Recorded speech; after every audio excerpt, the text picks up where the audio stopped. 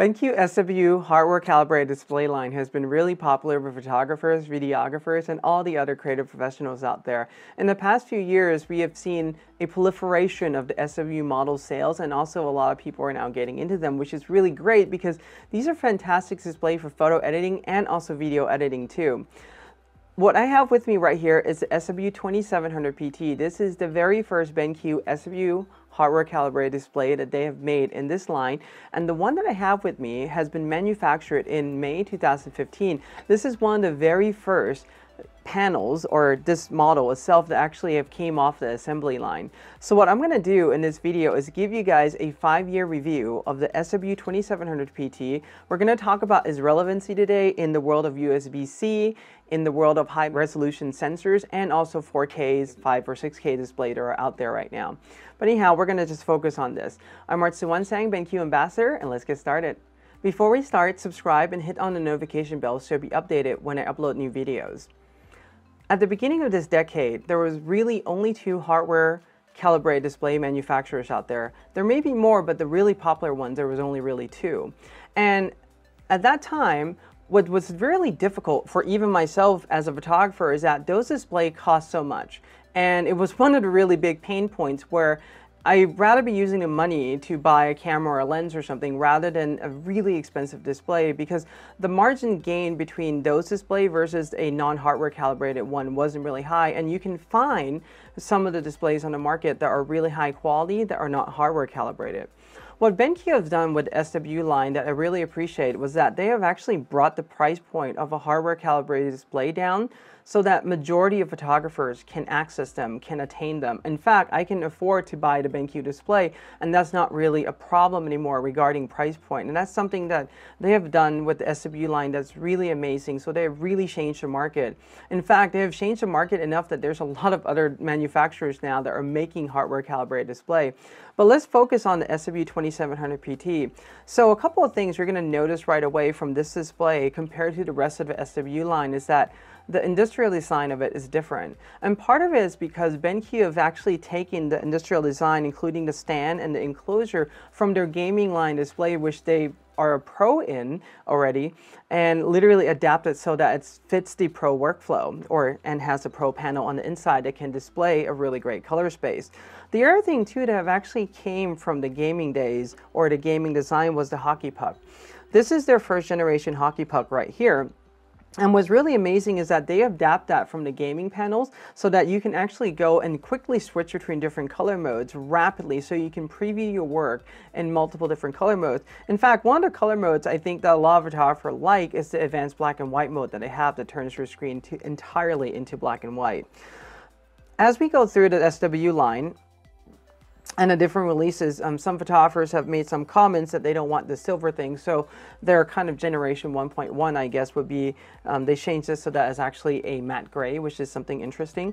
And also one of the things too that they have done, which is very different than the other display manufacturer or the hardware calibrated display manufacturers out there, is that they ship all of their display with a shading hood out of the box, so that if you're a user, you don't have to buy an extra accessory. So they even added more value to their display in the market compared to any of the other brands or the legacy brands that have come before them. And that's something that's also really great about them too. The next thing that we have to talk about is the hardware calibration capability of the SW displays.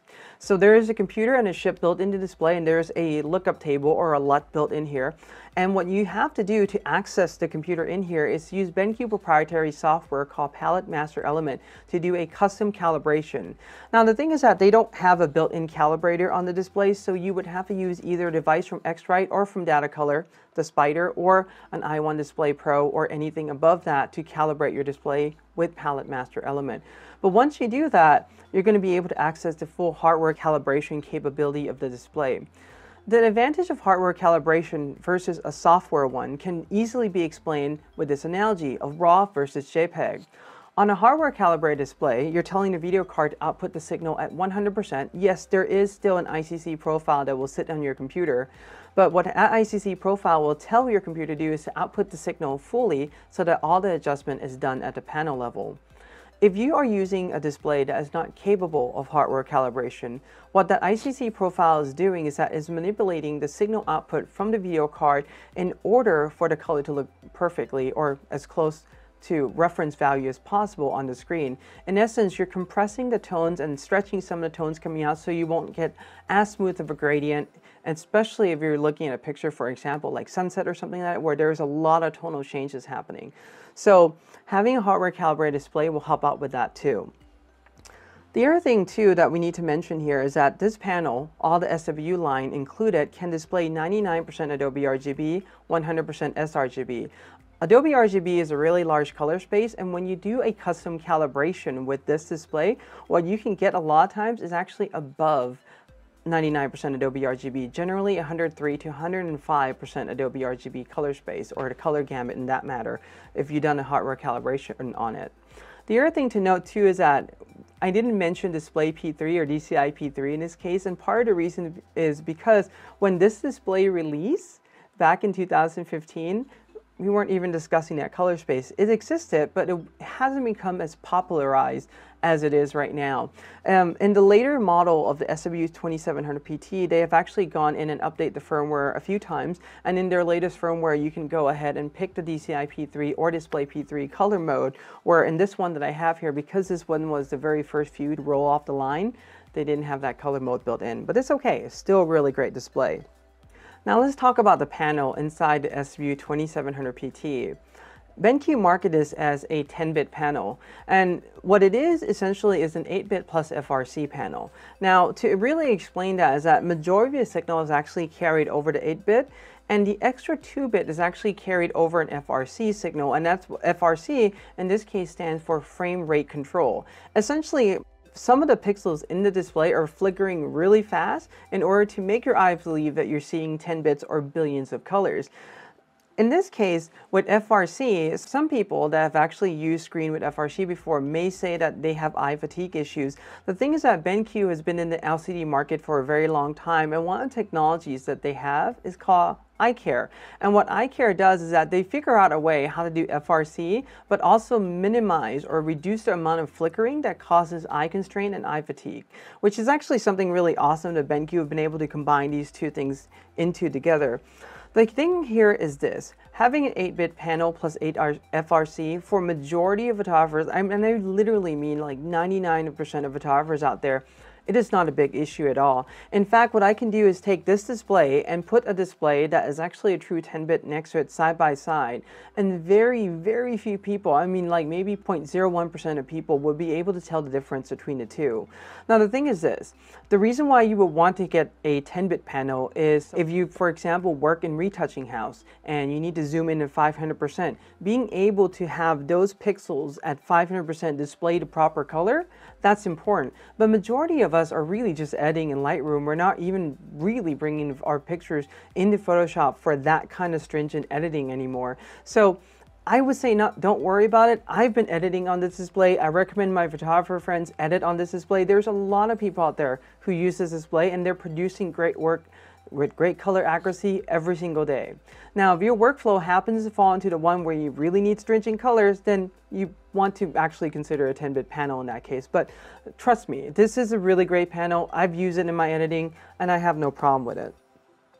A couple of things I want to mention too is that beyond just the 10-bit panel here, this is an LCD panel that's IPS, so that means that if I move the panel from side to side, you'll be able to see the picture really nicely, just like that, and the colors will look the same from side to side, top to bottom. So if you're standing on the side here, I'm still able to see really great colors. And the other thing too is that the panel has an LED backlit, so that's also another improvement compared to the panel that I got at the beginning of this decade, where a lot of the technology then we're still using what they call CCFL, or what we call cold cathode fluorescence lamp. Those take some time to warm up.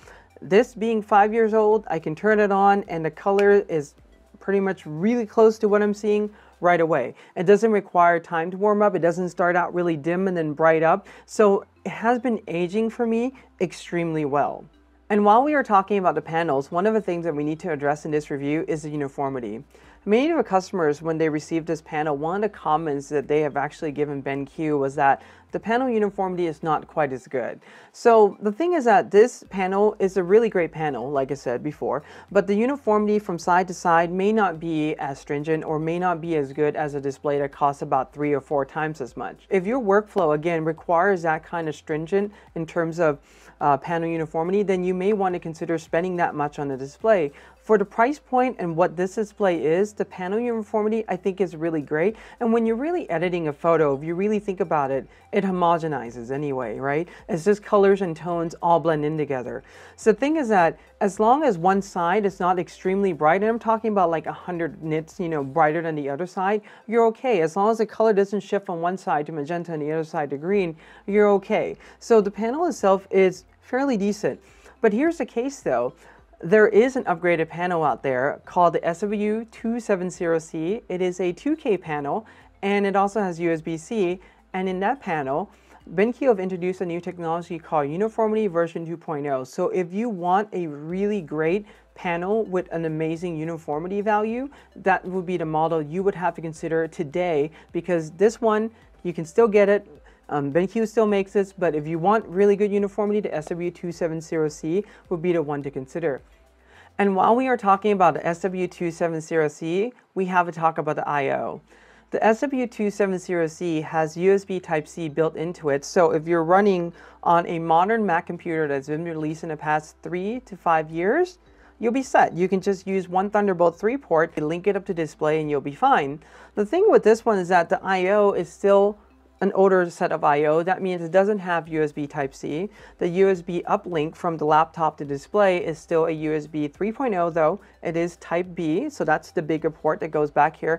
And then the connections on this one, we still have DVI on this display, and there's really about 2 models that has DVI. So there's this one and the 24-inch, the SW240 that has a DVI.